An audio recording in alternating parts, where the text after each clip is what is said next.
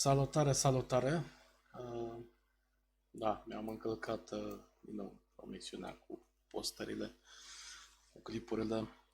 E și o perioadă destul de dificilă pentru unii dintre noi. Carantina nu s-a încheiat.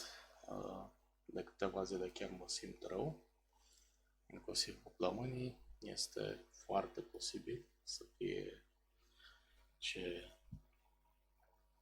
cred eu că este. Nu știu, să vedem. Până acum n-a fost foarte grav. Dar nu știu, prin iunie nu prea avea ce să fie decât asta. Dar atâta timp cât simptomele nu sunt prea grave și mă simt relativ ok, nu o să mă risc să ajung prin spitale să mai iau și alte chestii. Doar un aviz amatorilor, cum se spune la noi, că chestia asta există și și e real, e pe bune. Da? Faptul că neapărat te omoară nu e o chestie foarte importantă, este foarte important că poate să omoare pe alții, pe tine. Și așa la mine am un pic de teamă, pentru că știu cum a fost gripa de acum 2 ani și atunci cred că am fost așa la limită, ca să zic așa. Nu mai aveam mult până să cedeze de tot organismul, iar plămânii mi-au revenit după 5 luni și nu era aceea. În fine, știu că degeaba am acum. Sunt unii, probabil pot să mor și aici în fața camerei și nu o să fie convinși că e altceva decât o conspirație a 5G-ului și a lui Bill Gates.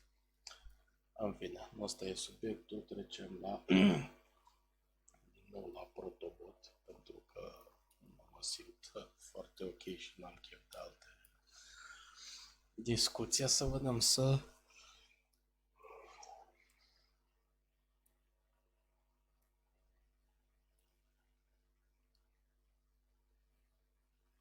Bun, deci un pantof pentru cineva care nu o să vedeți așa. Cam și figura mea pe imagine. Deci, încălțăminte pentru cineva care abia s-a căsătorit. Ok. Am deja o idee. O să căutăm și oare?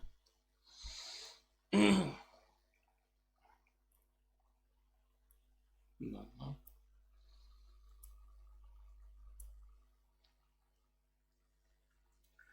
Dar nu ne trebuie GPS.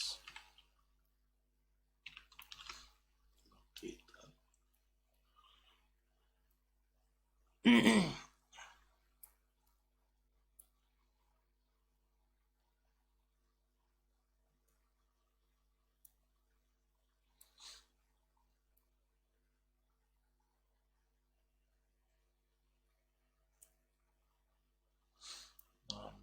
Mi-aș imagina ceva din spate.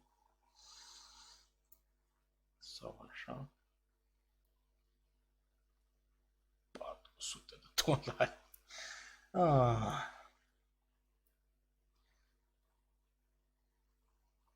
Nu cred că fac 400 de dolari toate hainele pe care le-am.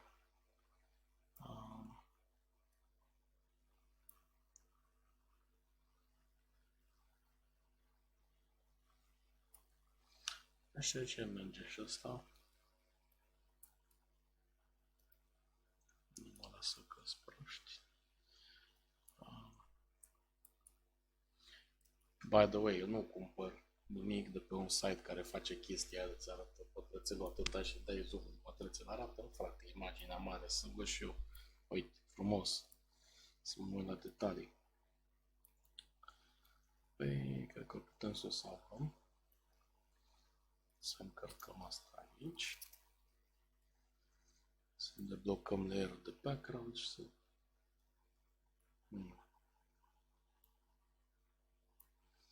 Dar nici n-am ce să fac altceva decât să descarc și...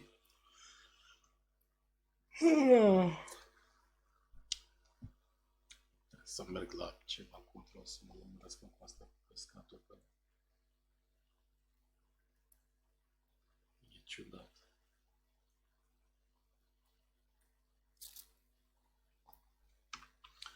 Bun, aici o să folosesc un mic wand.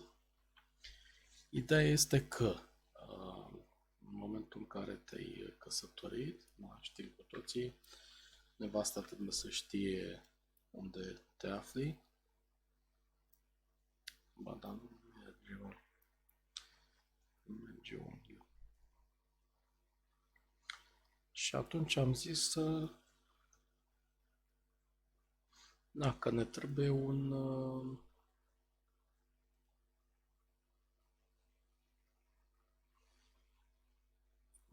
locator GPS ca să știm, să știe întotdeauna soția unde ne aflăm, ca să nu existe discuții.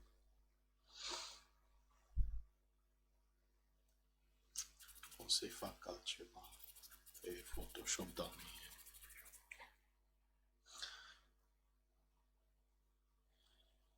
This isn't real life, this is just fantasy.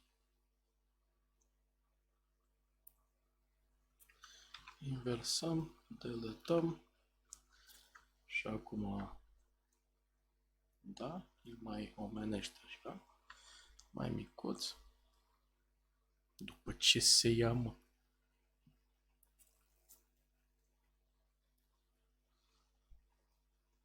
Dar aș putea face chiar mai mic. Uite, și atunci e... Da, nu putea. Nu. Skew din nou. Mai mare ca să-mi dai o seama. Așa. Așa e mai bine. De peste GM ăsta, că oricum nu avem nevoie de el. Și va fi o pereche de încălțăminte cu GPS încorporat, da? Și hai să vedem și... Da, uite avem aici.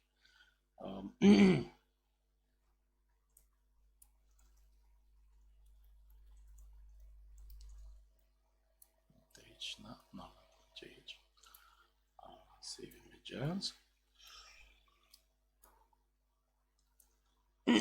Aș fi vrut să mă apuc la un moment dat de aplicația de care tot vorbeam, dar nu e momentul acum și sincer o mare parte din seară vreau să stau să mă joc.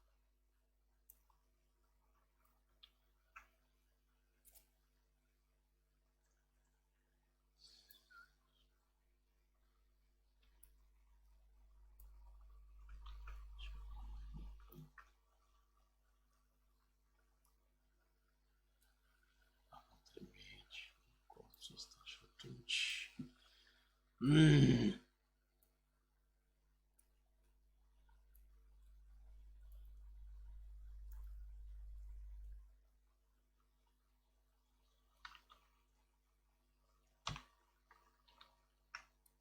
Așa, mă. Și cum să zicem...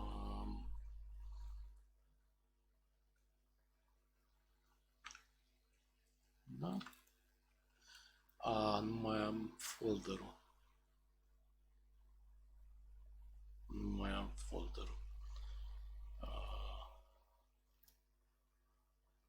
O să recuperez eu că l-am copiat de pe hardul de backup. Protobot. Să manca nete. Și ăsta nu ne copiază.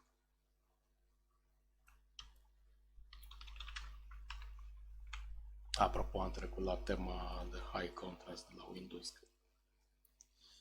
Mă dor ochii. După atâtea luni de izolare, mă dor ochii. Mai întâi Photoshop. Și atunci o să salvăm și JPEG. Ok.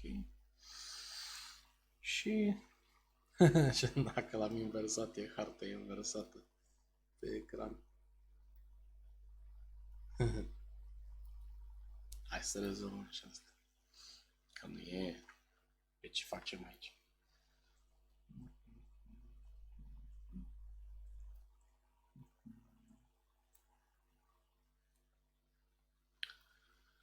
Îngrozitor an.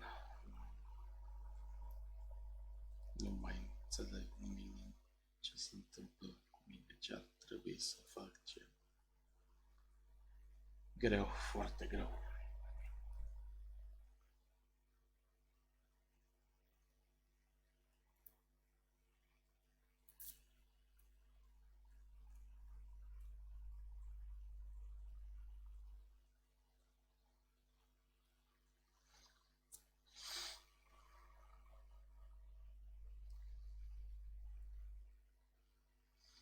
Păi bun, și acum pot să fac direct așa.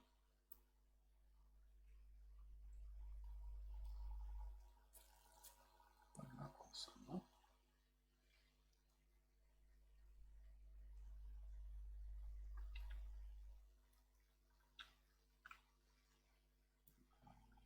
Layer via cut.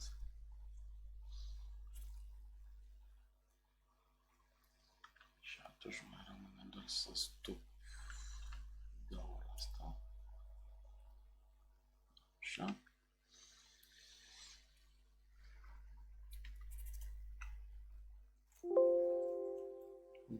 Da, și cu JPG.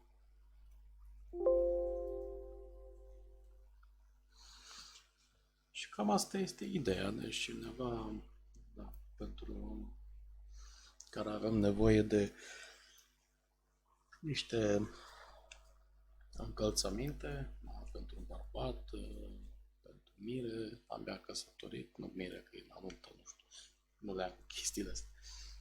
Și avem aici modulul de GPS încorporat în talpa pantofului cu baterie cu recărcare wireless, la spui pantofii pe chiar era o chestie asta, stea cu mufe OSP, cu șireturi care se leagă singur la Adidas, porcării de la, nu știu, teste de $. Și da, până a încărcat când ai nevoie și după aia soția poate vedea unde ești, mai păzește în iată 24 din 2019 la ora de nu știu cât ai fost acolo și știe tot timpul unde ești ca să nu cumva să se întâmple lucruri care n-ar trebui să se întâmple într-un cuplu căsătorit. Cam asta e pentru astăzi, un episod de Protobot. Vreau să mă apuc și de aplicația, dar nu e momentul acum, mă zbat între febră, tuse, somn, stare de pizare. Vedem ce mai urmează zilele astea. Dacă ar continua doar cum a fost până acum, e bine, dar să depășesc pragul ăla de 4-5 zile, de care zic toți că toți spun că s-au simțit relativ ca la o răceală sau gripă obișnuită, însă după ziua 4-a, 5-a a început măcelul, așa că mai am de așteptat un pic. Să vedem. Este miercuri, dacă am trecut de weekend. E tot ok. M-am salutat și ne vedem și cu alte ocazii.